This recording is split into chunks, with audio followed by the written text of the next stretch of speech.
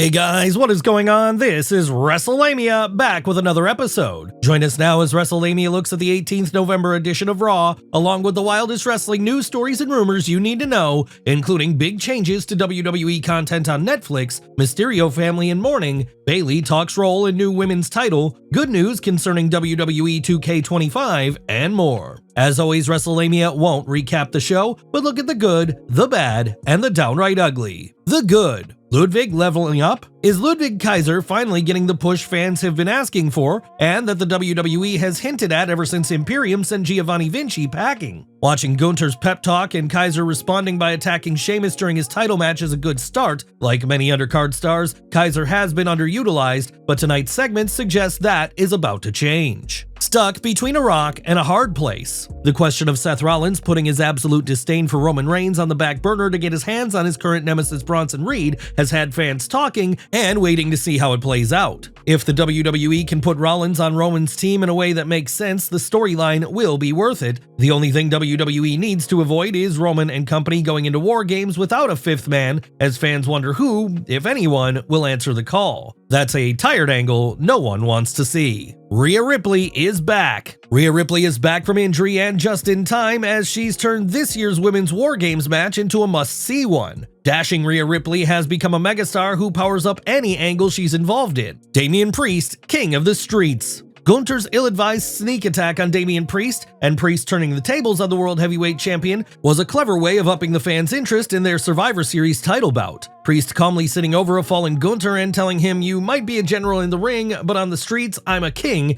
gave off a badass vibe reminiscent of Priest's idol, Razor Ramon. Excellent build for Survivor Series. Whether it was Gunther showing he's not invulnerable, Seth Rollins refusing to join Roman, or Rhea Ripley's explosive return, Raw was an adrenaline-fueled 2-hour preview of what fans can expect at Survivor Series. Final Testament Victory Lap. Wrestling has seen some true odd couples like the Rock and Sock Connection, RK Bro and Team Hell No. Add Karrion Kross and The Miz to that list. Both superstars played perfectly off each other as they and the rest of the Final Testament took a victory lap for dismantling the Wyatt Six last week. The WWE seems to have struck gold again, and hopefully it'll capitalize on this stroke of luck. Don't dismiss Dakota Kai. Dakota Kai has had an incredibly awful run of luck due to injuries, but thankfully, it appears the WWE isn't letting that stop her from getting a singles run.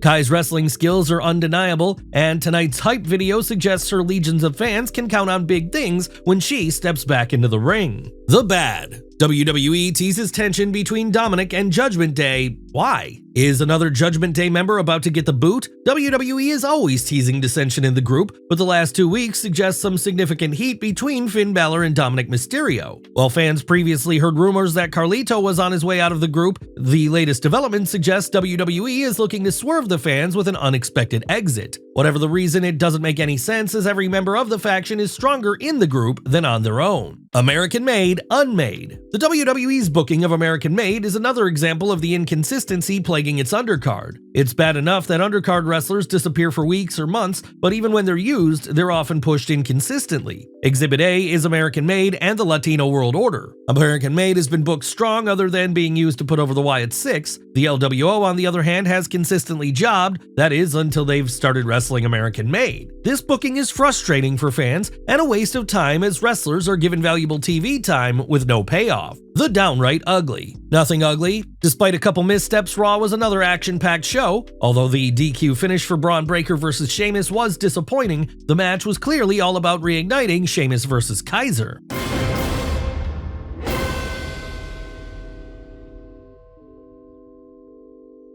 Netflix airing WWE PLEs? Topping today's news is a report that could hint at big changes to the WWE's relationship with Peacock and its growing partnership with Netflix. A new tweet from WrestleFeatures notes, WWE confirmed that all PLEs, including WrestleMania 41, will be on Netflix for select international markets. You may recall WWE's Netflix deal grants the streaming giant the international rights to the content previously streamed on the WWE Network. Although Peacock still airs the WWE Network content in the United States, some insiders believe this will change when Peacock's deal ends with WWE, potentially leading to Netflix acquiring it. Mysterio family in mourning. Sad news to report as Rey Mysterio has announced that his father Roberto has passed away. Mysterio posted a heartfelt tribute to his dad via Instagram, an excerpt which follows. Father, thank you for giving me the life I have. You did more than set the example of how to love and maintain a strong marriage and father 4 boys. You were the example and passed every single time until your death with flying colors. Excellent husband, loving father, beautiful grandfather, incredible son and brother, and amazing father-in-law. You checked every list on the box. Wrestlelamia sends its condolences to the Mysterio family on the passing of Roberto Gutierrez. Recent Smackdown bombs in ratings. Bad news for Smackdown as last Friday's episode bombed in the ratings. Cageside Seats Sean Reuter is reporting, the November 15th Smackdown had 1,234,000 viewers, a 20% drop from the previous week's total. With 18 to 49-year-olds, it did a .32 rating, a 32% decline from the previous Friday. Both were the Blue show's lowest since moving to cable and USA Network 2 months ago. It's unclear whether the Jake Paul vs. Mike Tyson fight on Netflix is the cause of the Blue brand bombing, although Paul vs. Tyson didn't begin until SmackDown went off the air. The main event portion of the show did run against SmackDown, and Reuter noted Netflix estimates 50 million people watched the Amanda Serrano vs. Katie Taylor co-main event, which aired against SmackDown. SmackDown wasn't the only wrestling program that got clobbered. Reuter reports, at 10 p.m. Eastern, AEW took even more a body blow. Rampage had the second smallest audience, 186,000, and its lowest 18 to 49 rating, .06, in its history. These ratings drops shouldn't concern anyone as long as SmackDown returns to its regular numbers this week.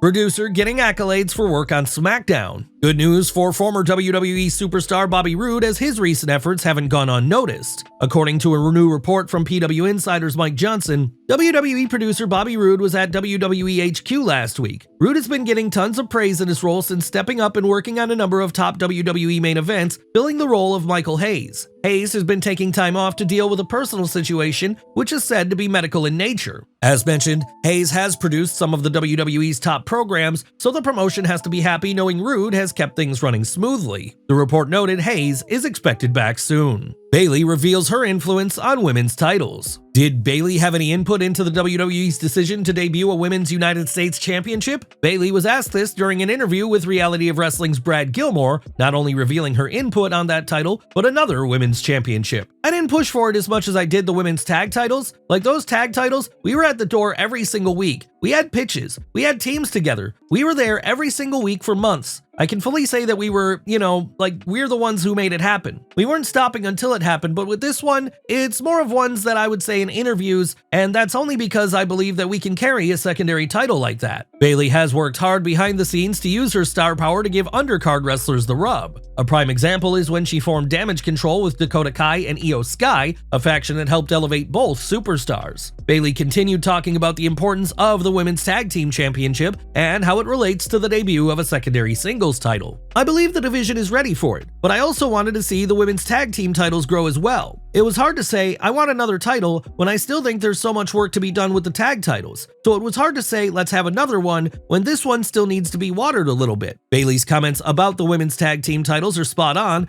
as the belts have not been used effectively ever since Naomi and Sasha Banks left the WWE and new champions had to be crowned. Wrestling's role model suggests that the tag team titles have become more prominent. But right now, I feel like it's in a really good place. Jade Cargill and Bianca Belair are really elevating those titles, and we have so many great tag teams that I feel like if the women get an opportunity and they're put in the tag team picture, their focus is in tag team wrestling. And it's very different than singles wrestling, but it's a very big, important part of the show right now. Kudos to Bianca and Jade for really pushing that on the company and on the fans. At the same time, it's hard to think of any recent champions besides Belair and Cargill who have benefited from holding the titles. WWE 2K25 well underway. Fans of the WWE 2K series, other than 2K20, which ended up being a $60 drink coaster, rejoice as 2K is reportedly hard at work at the next edition of the popular wrestling video game. A new report from PW Insider's Mike Johnson notes, work is well underway on WWE 2K25, including motion capture work. I wouldn't expect anything official about the game until after the new year. A new article from WrestleTalk's Connell Rumsey added that fans should expect to see the game released around the same time frame as last year's game. It was recently confirmed that the game is slated for a release in Q4 of fiscal 2025, which would fall anytime before March 31st, 2025. Are you looking forward to WWE 2K25? Let us know in the comments below. Well guys, there you have it, Wrestlemania's analysis of the 18th November edition of Raw,